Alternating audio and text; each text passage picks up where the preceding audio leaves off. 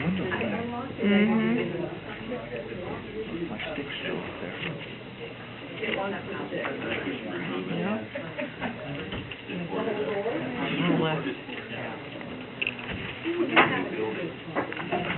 I'd like to call this meeting to order. All rise and pledge allegiance, please. To the flag of the United States of America and to the republic for which it stands, one nation under God, indivisible, with liberty and justice for all. Roll call of council. Mayor's son? Last time, I'm sorry. Mayor's son? Oh, yeah. We can. Present. Councilmember Hulsey? Present. Councilmember Jones? Here. Councilmember Steiger? Councilmember Dyer? Present. Councilmember McMahon? Councilmember Putnam? Here. Councilmember Walker? Here.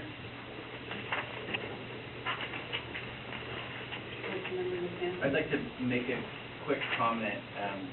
I may leave early tonight. My wife had surgery today, and she's battling my 3- and 5-year-old, and at some point tonight they're going to get the best of her. So when I get that message, that's why and when I'll be taking it. And so, as far as Councilmember Steiger, I'd like to move to excuse him. I guess we don't need to vote on it. He's still at the hospital in ICU, and we're still helping him with that. Okay, any changes, additions to the agenda? Nope, seeing none? Okay. Moving on to the first item on the agenda is, we have a presentation from King County.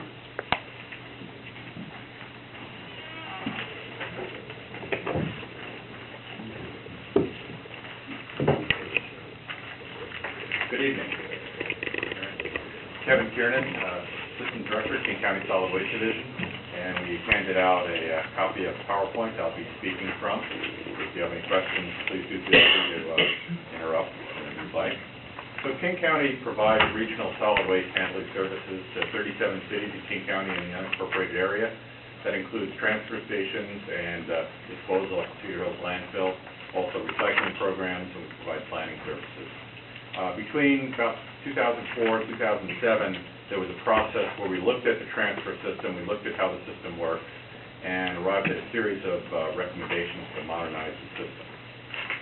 So, after that, from 2010 to 2012, we looked at the agreement itself, the local agreement, which the cities signed with the county to provide these services, and determined that it needed some updates. The current agreement was drafted in 1988. It's been quite some time, and there were a number of things we wanted to address, including the ability to finance some of the improvements that we determined were necessary in our transfer. So from 2010 to 2012, we worked with groups of representatives of some of the cities, incorporating many of the recommendations we had, but the question of environmental liability stalled the discussion. July 2012, the Regional Policy Committee of King County Council was briefed on status, and in August, the then Suburban Cities Association, now Sound Cities Association, adopted some liability principles. The city team and the county team reconvened to restart these discussions, and December of last year we completed the discussions on a new agreement. I have provided for you the Sound Cities Association liability principles. I don't intend to walk through them all, so a lot of words on this particular page, but some of the key things are that the recognition that solid waste system costs include liability. So when anyone's involved in solid waste management, there's an element of liability associated with it. We agreed that that would go to the utility. And we also agreed that we wanted to protect both the county's general fund and the city's general funds to the extent possible. A number of other elements in these liability principles, but those two were really key to get the discussions moving and bring us forward. And once we had agreement on liability principles, we were able to move forward. So we have, yes? Can I, maybe a stupid question, but I'll ask anyway. How is liability structured prior to this discussion? I mean, I'm trying to get an idea about what was the pivot point on needing to change. Well, the current agreement that you haven't signed, that all the cities signed to this point, drafted enacted in 1988 basically says everybody has liability and your liability is your liability. This recognizes that there are liabilities associated with participation in the solid waste system, and will use the rates to mitigate those. So federal law establishes liabilities for transportation, disposal, for arranging solid waste handling. So there's a greater element of protection in this new agreement than there was on the previous. So it sounds more like a shared liability between the county and all participating cities rather than trying to parse it out. Which would happen in court, basically. What it says is there are a number of ways we will try to address liability. First, through rates, talk about establishing insurance where possible, and it's really not clear what amount of environmental liability insurance will be available, but we will look for that.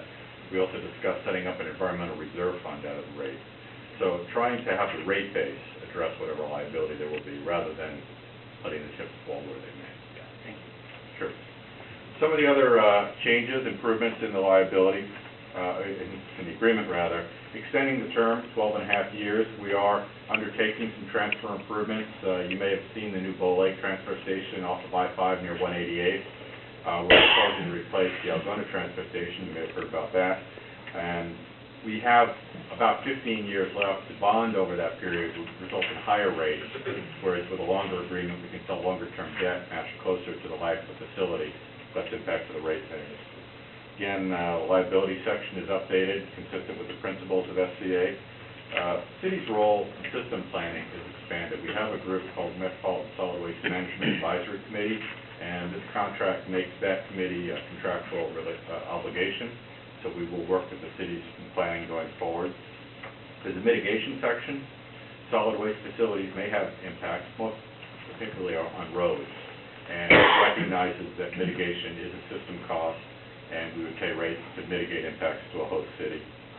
Current agreement has no dispute resolution, which is interesting, so we put a dispute resolution, really requiring best efforts to meet together and establish some steps. And then just a lot of laws have changed. It's 88 now, so we've updated it to current law. On the environmental side, nothing in the agreement creates any new liability. There was some concern that by signing this agreement, would a city have liability? No, the liability you have is the liability that's there. Also doesn't release a third party. So there are many parties which bring solid waste into the system. This is an agreement between the city and the county.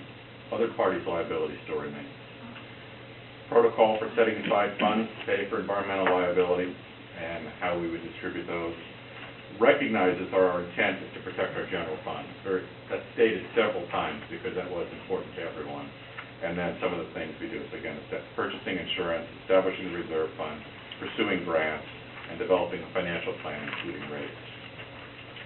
Governance was important to many of the partners talking in this process, so memorializing that advisory committee and having the Regional Policy Committee continue to have a role at the county level as established in the King County Charter, but increasing the city role in planning.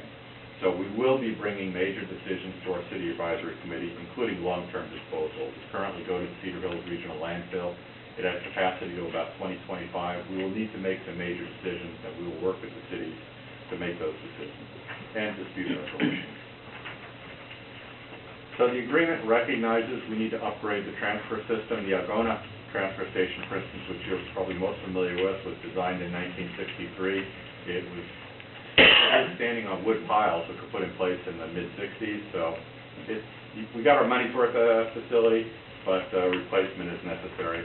So by extending the agreement, we'll be able to finance that improvement over better terms. But the agreement also recognizes the plan we have now could be modified. Things change, and we would work together to make those changes as appropriate. Benefits of the new ILA: by financing the improvements over the longer term as opposed to the 15-year term, we estimate we'll save about $7 to $9 per ton on debt by having those lower debt payments. System-wide savings in 2013-14, the rate period we're in now, will be about $4 million, and it'll be about $8 million a year by 2019.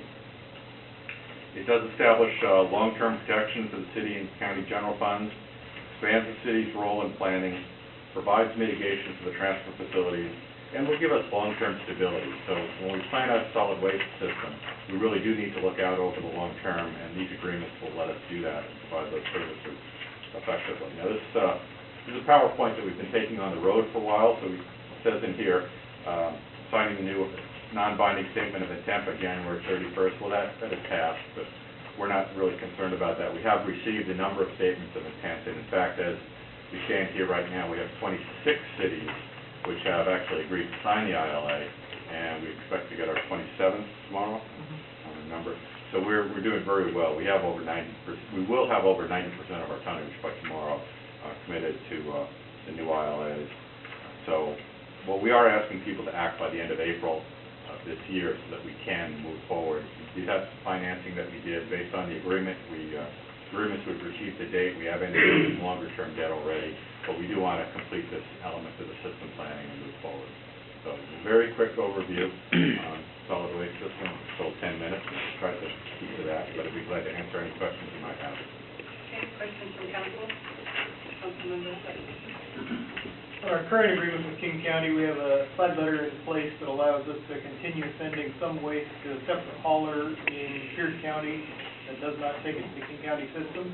Does this require replacing that side agreement as well? Well, the terms are the same. The agreements, both agreements require you to direct your tonnage to us, and then we can allow it to go to other places. We work with the City of Pacific to go through your process, and we've been in contact with the City Attorney and Public Works Director about this, and we have every intention to continue to work with you to make that transition as seamless as possible. Any questions? Okay, great. Thank you very much. Thank you.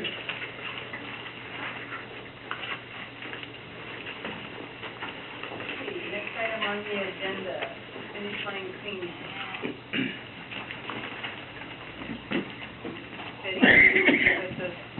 I'm guessing this is April Fool's joke on me because I didn't know about it. And I'm not prepared I haven't seen the contracts to be able to review them since finish line cleaning was going when I got here. And I would like to review them before we make any kind of changes to a contract and talk to the department heads that we have and see their satisfaction level with what we're doing and if there's any changes that need to happen. So you'd like to move this to the next workshop? I would think that would be the best. Okay, so move it to, what would that be, April 15th?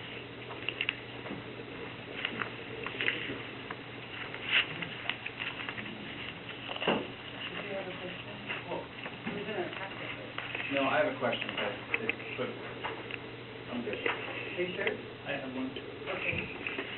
As you're comparing the contract, it looks like the rate increase is going up at different rates. So it's 10% for City Hall and $40 a week for the police department. Can you just do a compare and contrast as to what the difference between the contract is?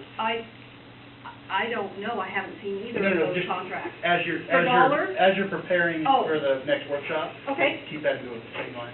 Okay. I just know that the total is going from like $2,660. They want to go up to $33,020 a month, and they come in twice a week. Yeah, if we can get an overview as to kind of what kind of services we're getting. Absolutely. At least, I think the last time we talked about this was when Linda was here, and they weren't doing the senior center more. She was doing it a couple days a week. And the same thing with the other side, with the gym and the East Room. Okay. So let's just take a look at what kind of service we're getting. Maybe it's worth going after that.